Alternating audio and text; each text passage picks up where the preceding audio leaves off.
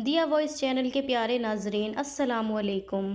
میں یتیم خانے سے جوان کنواری لڑکیاں لاتا اور ان کو ٹیکے لگا لگا کر جوان کر کے دبئی اور سعودیہ عرب میں فروخت کر دیتا تھا۔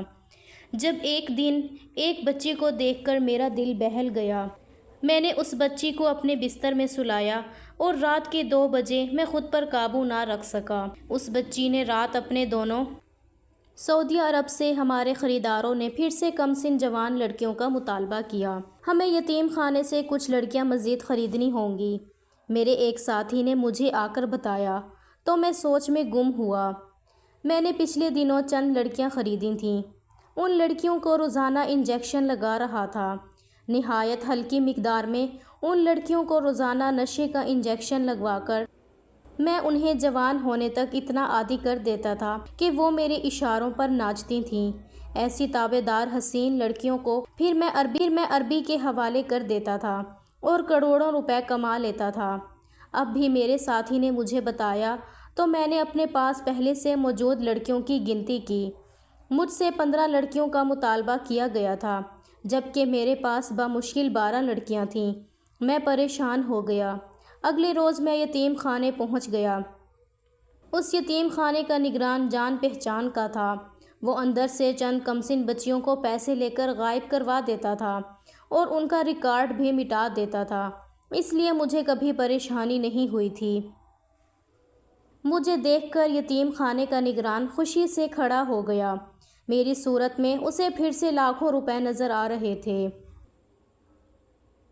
میں نے اس سے صاف رنگت کی خوبصورت کمسن بچیوں کا مطالبہ کیا تو وہ بولا کہ میں آپ کا ہی منتظر تھا۔ پچھلے 1-2 سال سے جو بچیاں بہت چھوٹی لگتی تھیں اب وہ جوان لگنے لگی ہیں۔ ایک بچی تو ہفتہ بھر پہلے ہی میرے پاس پہنچی ہے، غضب کی حسین ہے۔ اسے دیکھ کر آپ یقیناً خوش ہو جائیں گے۔ اس کی بات پہ میں نے اطمینان سے سر ہلایا۔ میں بذات خود کبھی لڑکیوں کو دیکھنے یا اپنے ساتھ لے جانے کا تکلف نہیں کرتا تھا۔ بات طے کر کے میں نے اپنے ساتھی کو لڑکیاں لانے کا کہا، خود یتیم خانے سے نکل گیا۔ میں اس کام میں ماہر تھا۔ وہ لڑکیوں کی خوبصورتی اور جسمانی صحت کا اچھے سے جائزہ لے کر ہی انہیں ہمارے مخصوص ٹھکانے پر لاتا تھا۔ اس روز تو میں بات کر کے دوسرے شہر چلا گیا۔ میری کچھ دوسری مصروفیات تھیں۔ لوگوں کو دکھانے کے لیے میں نے ایک فیکٹری کا دفتر بنایا ہوا تھا۔ 2-3 دن بعد میں لوٹا تو میرے ساتھی نے مجھے بتایا کہ وہ لڑکیاں اڈے پر لے آیا تھا۔ ان لڑکیوں کو بھی وہی مخصوص خوراک دی جا رہی تھی جو انہیں صحت مند رکھتی تھی اور ان کی خوبصورتی کو ابھارتی تھی اور انجیکشن بھی لگا رہے تھے۔ میں مطمئن ہو گیا۔ اس بار میں نے ان یتیم لڑکیوں میں ایک نہایت خوبصورت لڑکی دیکھی ہے، تم دیکھو گے تو تمہارا دل رک جائے گا۔ میرے ساتھی نے اچانک عجیب سے لہجے میں کہا تو میں نے چونک کر اسے دیکھا۔ پہلے نگران نے یہی بات کی تھی، اب وہ بھی بول رہا تھا۔ میں بیزاری سے سر جھٹک گیا۔ پھر وہ بولا، ایک بار دیکھ لو، بعد میں پھر تم پچھتاؤ گے کہ ہیرا ہاتھ سے نکل گیا۔ وہ جانتا تھا میں ہر بار یتیم خانے سے لانے والی لڑکیوں کو بیچنے سے پہلے ایک بار خود دیکھتا تھا۔ اگر کوئی لڑکی مجھے بہت زیادہ اچھی لگ جاتی تو میں اسے خود بھی استعمال کر لیتا تھا۔ ویسے تو مجھے کنواری لڑکیوں کے زیادہ پیسے ملتے تھے، مگر استعمال کی ہوئی لڑکی بھی اچھے خاصے پیسے دے جاتی تھی۔ میں حسن کا دیوانہ تھا۔ میں نے زندگی میں ایک بار ایک لڑکی سے محبت کی تھی، مگر اس لڑکی نے مجھے عیاش اور بد کردار کہہ کر ٹھکرا دیا تھا۔ اس روز کے بعد میں بدکار بن گیا تھا۔ میں یتیم خانے میں لائی لڑکیوں کے جوان ہونے پر جو بھی لڑکی بے حد حسین لگتی اسے خود استعمال کرتا۔ یہ میرے پاس گناہ کرنے کی ایک جھوٹی دلیل تھی، مگر میرے دماغ میں یہی تھا کہ اس لڑکی کے ٹھکرانے کا بدلہ میں ہر حسین لڑکی سے لے رہا تھا۔ اس وقت بھی اپنے ساتھی کی بات سن کر میں سوچ میں مبتلا ہوا۔ پھر اس سے کہا کہ ٹھیک ہے، میں وہ گوہر نایاب ضرور دیکھنا چاہوں گا جس کے بارے میں سب بار بار بات کر رہے ہیں۔ وہ خوش ہو گیا۔ جب میں اس کے ساتھ اپنے خفیہ اڈے پر پہنچا تو اس کی دکھائی لڑکی کو دیکھ کر میں واقعی ٹھٹک گیا تھا، مگر میرے ٹھٹکنے کی ایک وجہ یہ بھی تھی، وہ کمسن لڑکی جو مشکل 12 برس کی تھی، اس کی شکل بالکل اسی لڑکی جیسی تھی جس سے مجھے پہلی بار 10 سال پہلے محبت ہوئی تھی۔ وہ بچی ہو بہو ویسی تھی۔ میں نے سنا تھا کہ ہر انسان کی 7 شکلیں اس دنیا میں موجود ہیں۔ مجھے لگا کہ میری پہلی محبت کی دوسری شکل اس وقت میرے سامنے تھی۔ میں بھی تو اس کے حسین چہرے کا ہی دیوانہ ہوا تھا۔ میں اس لڑکی کو زیادہ نہیں جانتا تھا۔ اس کے حسن کی وجہ سے میں اس کو حاصل کرنے کے لیے پاگل ہوتا رہا تھا، اور اب سامنے وہی چہرہ موجود تھا۔ وہ بچی سہمی ہوئی سی مجھے دیکھ رہی تھی۔ میں نے آگے بڑھ کر اس کم عمر بچی کا بازو دبوچا اور اسے اپنے ساتھ باہر لے آیا۔ وہ خوف زدہ سی مجھے دیکھ رہی تھی، مگر اس نے کوئی شور نہیں کیا تھا۔ میں نے تم سے پہلے ہی کہا تھا، اسے دیکھتے ہی تم دیوانے ہو جاؤ گے۔ یہ بہت خوبصورت بچی ہے، نہ جانے جوان ہو کر کیا غضب ڈھائے گی۔ میرا ساتھی مجھے دیکھ کر ایسے فخر سے بول رہا تھا جیسے اس میں اسے دیکھنا۔ میں اسے اپنے ساتھ لے جا رہا ہوں، آج سے میرے پاس رہے گی اور اسے میرے علاوہ کوئی ہاتھ نہیں لگائے گا۔ میرے الفاظ پر میرا ساتھی حیرت سے منہ کھولے مجھے دیکھ رہا تھا۔ خوبصورت لڑکیوں پر میں حق ضرور جتاتا تھا، مگر میں نے کبھی ایسی بات نہیں کہی تھی، بلکہ خود استعمال کرنے کے بعد میں اپنے دوستوں کو بھی وہ لڑکی سونپ دیتا تھا۔ مگر اس وقت میرے سنجیدہ چہرے کو دیکھتے ہوئے میرا ساتھی خاموش ہو گیا۔ میں اس بچی کو اپنے گھر لے گیا۔ وہ تمام وقت بالکل خاموش سہمی ہوئی سی مجھے حیرت سے دیکھتی رہی تھی۔ اس نے شور مچانے یا چیخنے کی کوشش بھی نہیں کی تھی۔ میرے گھر میں کوئی دوسرا فرد نہیں رہتا تھا۔ گھر والوں سے عرصہ ہوا تھا تعلق ختم ہو چکا تھا۔ میرے چند دوست اکثر میرے گھر ڈیرا رکھتے تھے، اور ایک 40 برس کی جوان عورت میرے گھر ملازمہ تھی۔ وہ عورت میری بہت وفادار ملازمہ تھی اور پچھلے 10 سالوں سے میرے ساتھ رہ رہی تھی۔ وہ بیوہ تھی، اس کا آگے پیچھے کوئی نہ تھا۔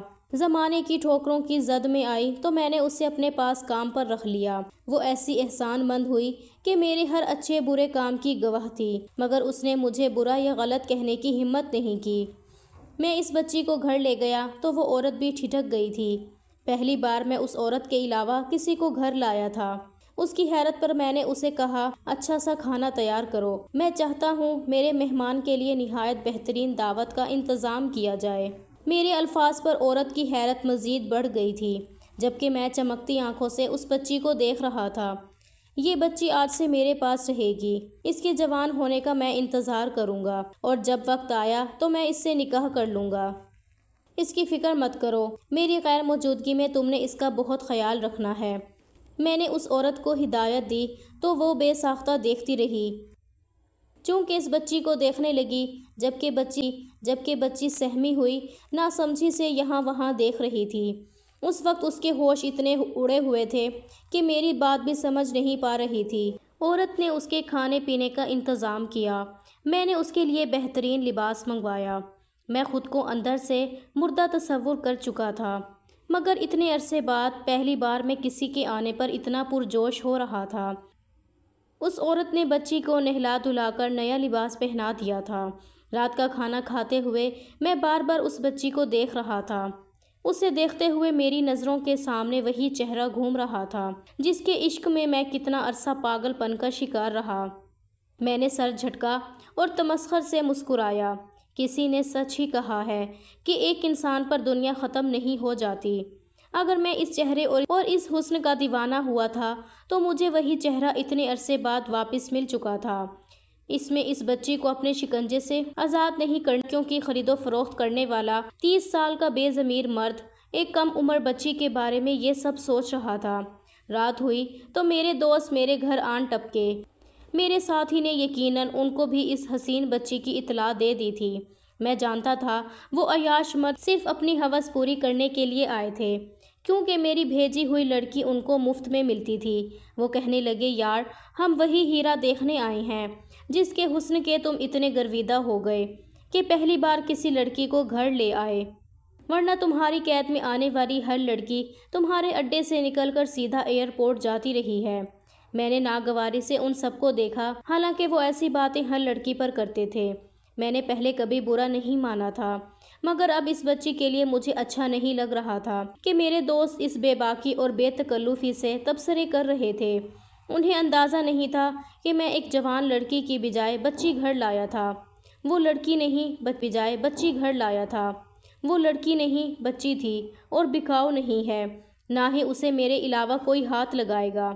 اپنے یہ شوق لے کر تم سب یہاں سے چلے جاؤ۔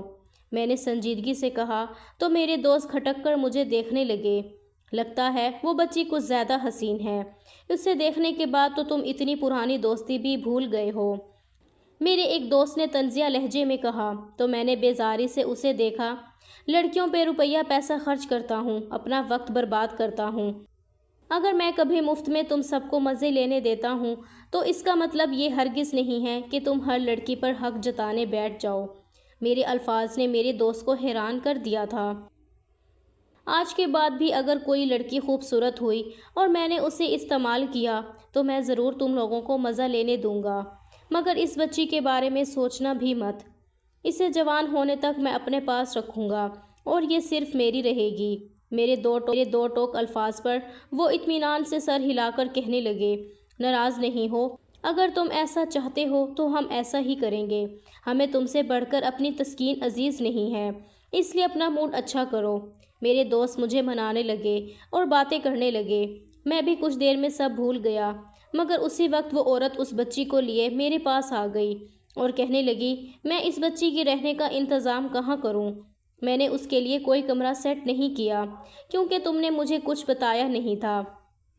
وہ عورت مجھ سے سوال کر رہی تھی، جبکہ میں نے بے چینی سے پہلو بدلا۔ اس بچی کو میرے دوستوں کے سامنے لے آئی تھی۔ میرے دوست یکٹک بچی کو دیکھ رہے تھے۔ اس کا دودھیا شفاف رنگ اس وقت دمک رہا تھا۔ بدکاری کے شوقین مرد کو عمر سے فرق نہیں پڑتا۔ میرے عیاش دوست بھی نظریں ہٹا نہیں پا رہے تھے۔ تم سب نے واپس جانا ہے تو چلے جاؤ، میں اب کسی کام سے باہر جا رہا ہوں، میں نے دوستوں کو ٹالنے کے لیے کہا۔ تو مزید پھیل کر بیٹھ گئے۔ آج رات ہم تمہارے پاس ہی رکنے والے ہیں۔ وہ یکدم ارادہ بدل چکے تھے۔ میں کھٹک گیا۔ مجھے یہ سمجھنے میں دیر نہیں لگی تھی کہ اس بچی کو دیکھنے کے بعد ان کی نیت میں فتور آ چکا تھا۔ تم یہاں کیوں رکنا چاہتے ہو جبکہ میں یہاں پر نہیں رہوں گا؟ شاید میں پوری رات کام کے سلسلے میں باہر رہوں۔ میں نے آبرو چڑھا کر اپنے دوستوں کو دیکھا تو وہ ہنس پڑے۔ ایسا پہلی بار تو نہیں ہو رہا تھا، تم اس گھر میں ہو یا نہیں، ہم پہلے بھی یہاں پر اکثر راتیں گزارتے ہیں، تمہیں اب کیا مسئلہ ہونے لگا ہے؟ ایک دوست ہنستے ہوئے بچی کو دیکھ کر بولا، شاید اس بچی کے آنے کے بعد اب تمہیں اپنے دوستوں پر بھی اعتبار نہیں رہا۔ بولا، تم یہ کہنا چاہتے ہو کہ یہ جب تک یہاں رہے گی تب تک ہمارا یہاں داخلہ منع ہے؟ اپنے دوست کے سوال پر میں نے کہا، یہ بچی اب ساری عمر یہاں رہے گی اور تم ایسے ہی سمجھ لو کیونکہ اب یہ گھر خالی نہیں ہے۔ دوستوں کو صاف الفاظ میں بولتے ہوئے میں نے اس عورت کو دیکھا، اس بچی کو میرے کمرے میں لے جاؤ، وہیں رہے گی، میں اسے اپنے پاس سلاؤں گا۔ میں نے اسی وقت فیصلہ کیا تھا کیونکہ میں جانتا تھا میں جتنا بھی اپنے دوستوں کو وہاں سے بھیجنے کی کوشش کروں وہ آج کی رات وہاں سے ہلنے والے نہیں تھے۔ ان کی صحبت میں اپنی عمر کا ایک بڑا حصہ گزار چکا تھا، انہیں میں بہت اچھے سے پہچان گیا تھا۔ میری طرح ان کی جس چہرے پر نظر ٹک جاتی اسے حاصل کر کے رہتے۔ میرے فیصلے سے میرے دوست لاپرواہی سے بیٹھے رہے، مگر وہ عورت پریشان ہو گئی۔ مجھے جھجک کر کہنے لگی، اس بچی کو میں آج رات اپنے پاس سلا لیتی ہوں، کل سے اس کے لیے کمرہ تیار کر دوں گی۔ مجھے اس کا مشورہ دینا سخت برا لگا تھا۔ میں نے تم سے جو کہا ہے تم وہی کرو، یہ بچی میرے پاس رہے گی۔ میرے غصہ کرنے پر وہ عورت گھبرا کر بولی، تم نشہ کرتے ہو، ایسا نہ ہو تم نشے میں اس بچی کے ساتھ کچھ غلط کر بیٹھو۔ بولی، تم نشہ کرتے ہو، ایسا نہ ہو تم نشے میں اس بچی کے ساتھ کچھ غلط کر بیٹھو۔ ساری عمر کے پچھتاوے سے اچھا ہے کہ تم احتیاط سے کام لو۔ مجھ پر یقین رکھو، میں اس بچی کی حفاظت کروں گی۔ ملازمہ عورت نے مجھے سمجھانے کی بہت کوشش کی تھی۔ جب سے وہ میرے گھر آئی تھی پہلی بار ایسا ہوا تھا کہ وہ میرا فیصلہ ماننے کی بجائے مجھے سمجھانے کی کوشش کر رہی تھی، کیونکہ وہ بھی ایک عورت تھی، ان معاملات کی نزاکت کو خوب سمجھتی تھی، مگر میں اس کی یہ بات نہیں مان سکتا تھا۔ میرے دوست اطمینان سے میرے سامنے بیٹھے ہوئے تھے۔ اپنے دوستوں کی موجودگی میں اس بچی کو الگ کمرے میں ہرگز نہیں سلا سکتا تھا۔ میری سختی کرنے پر وہ عورت خاموشی سے چلی گئی۔ میں کچھ دیر دوستوں کے پاس بیٹھا رہا۔ میں مطمئن تھا میری موجودگی میں کسی کی ہمت نہیں کہ اس بچی کو ہاتھ لگاتا۔ مجھے غرور تھا کہ میں اس کی حفاظت کر سکتا ہوں۔ کچھ دیر تک ان کے ساتھ محفل سجائے بیٹھا رہا۔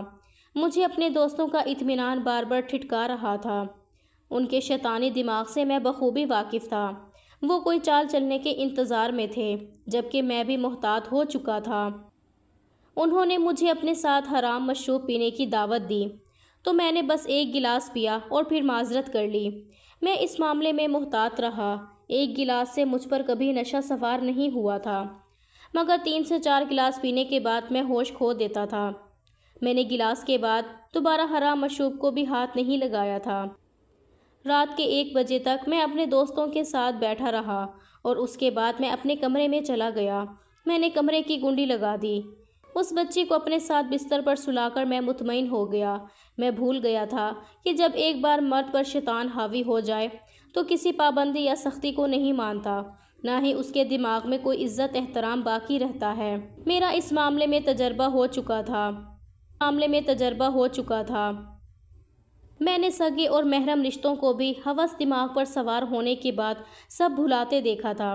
میں جانتا تھا عورت ذات کے معاملے میں اللہ نے مرد کو بہت کمزور بنایا ہے، مگر پھر بھی میں نے اس رات غلطی کر دی تھی۔ اپنے کمرے میں آنے کے بعد میں نے سونے کی کوشش کی، مگر مجھ پر عجیب بے چینی سوار رہی تھی۔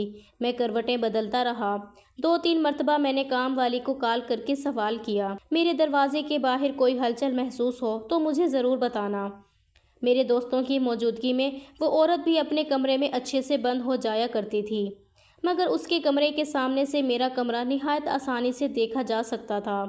میرے سوال کرنے پر وہ اٹھ کر اپنی کھڑکی سے جھانک کر مجھے بتاتی تھی کہ میرے کمرے کے دروازے پر کوئی موجود نہیں ہے۔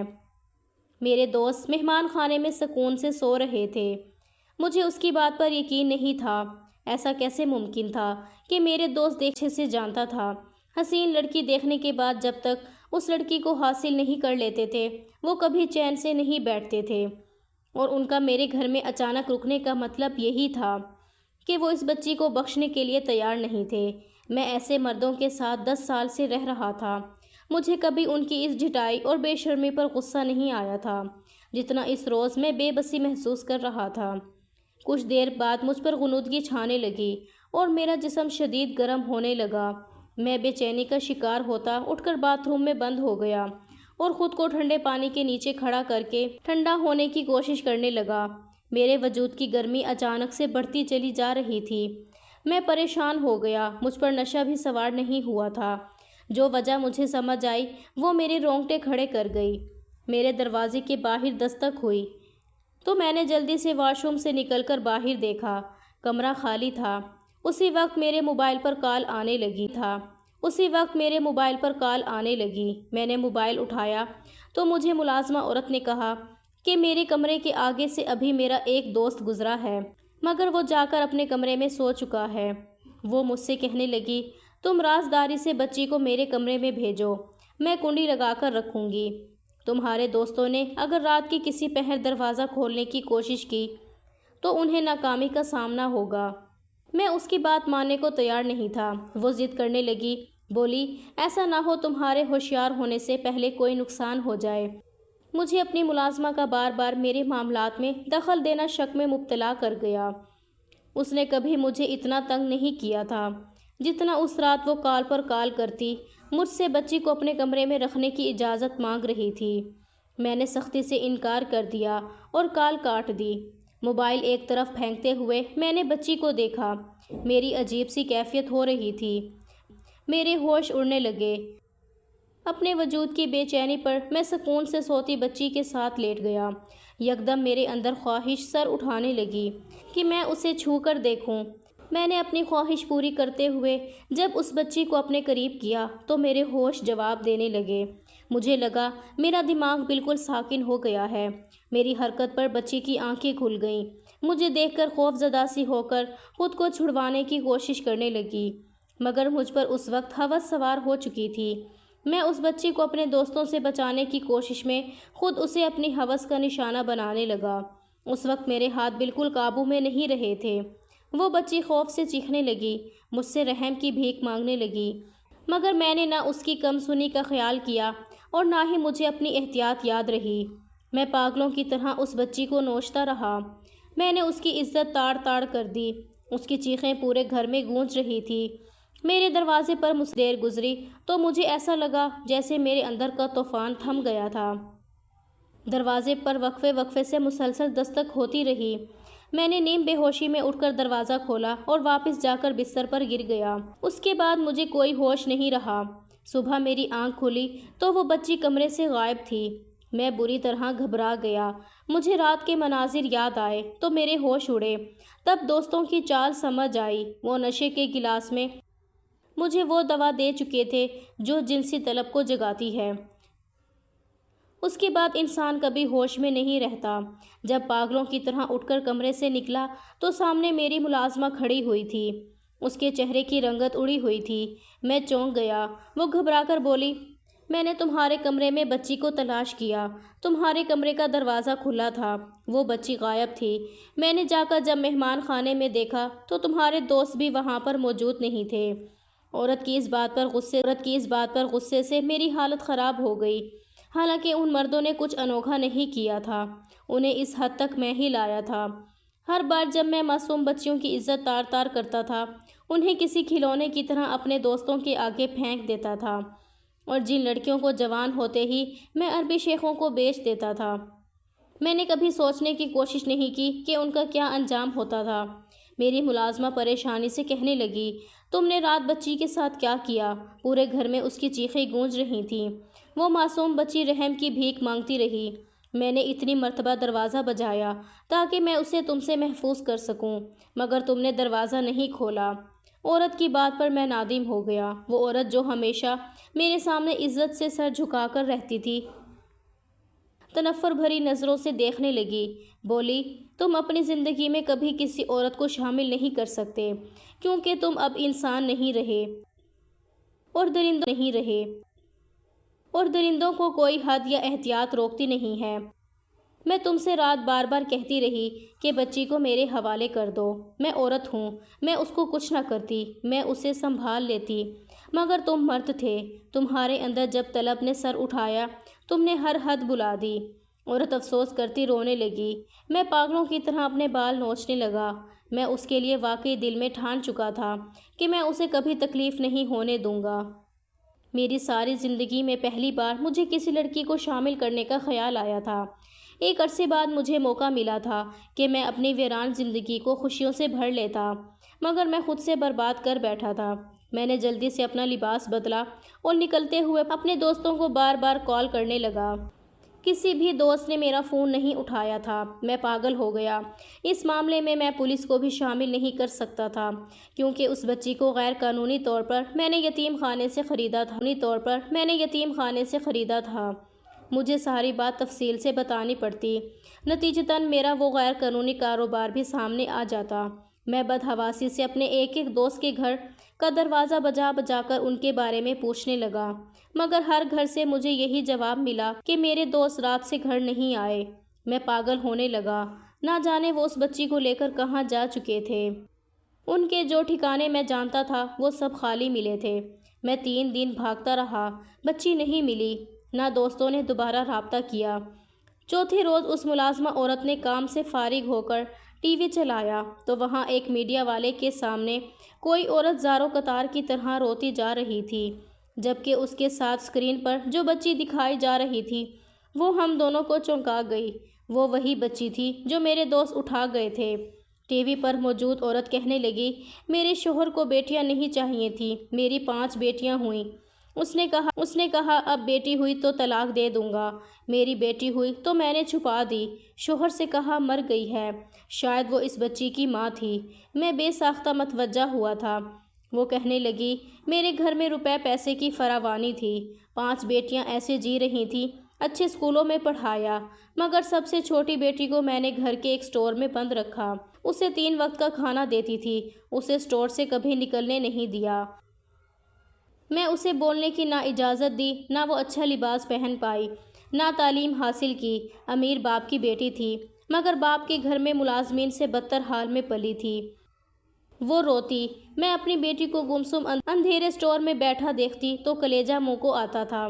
خود کو بچانے کے لیے میں اس معصوم کی قربانی دے رہی تھی۔ کبھی کبھی میں اسٹور میں جاتی تو وہ سہم کر رہ جاتی تھی۔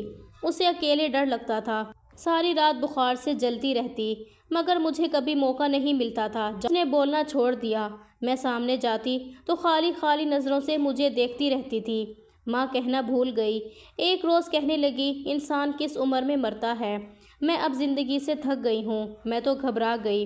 وہ زندہ بھی کس حال میں تھی، مگر مرنے کا سن کر میرا دل کٹ گیا۔ میں نے رازداری سے ایک یتیم خانے کا پتہ کیا اور اپنی بیٹی کو چپ چاپ اس یتیم خانے میں داخل کروا دیا۔ نگران سے کہا، بیٹی کا خرچہ بھیجتی رہوں گی، جوان ہونے تک خیال رکھو، پھر خود کو سنبھال لے گی۔ کچھ دن پہلے میرا دل اداس ہوا تو بیٹی کا پتہ کرنے یتیم خانے پہنچی۔ وہاں کے نگران نے کہا، تمہاری بیٹی تو دوسرے روز مر گئی تھی۔ بیٹی کو روتی گھر چلی گئی، مگر اب دیکھا بیٹی زندہ تھی۔ وہ عورت اپنا سینہ پیٹنے لگی۔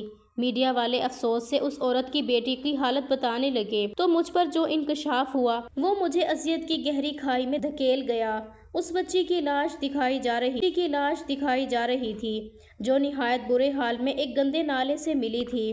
میڈیا والوں نے بتایا کہ بچی کی 3-4 روز پہلے مسلسل ریپ کیا جا رہا تھا اور اس کے مرنے پر اسے گندے نالے میں پھینک کر مجرم فرار ہو گئے۔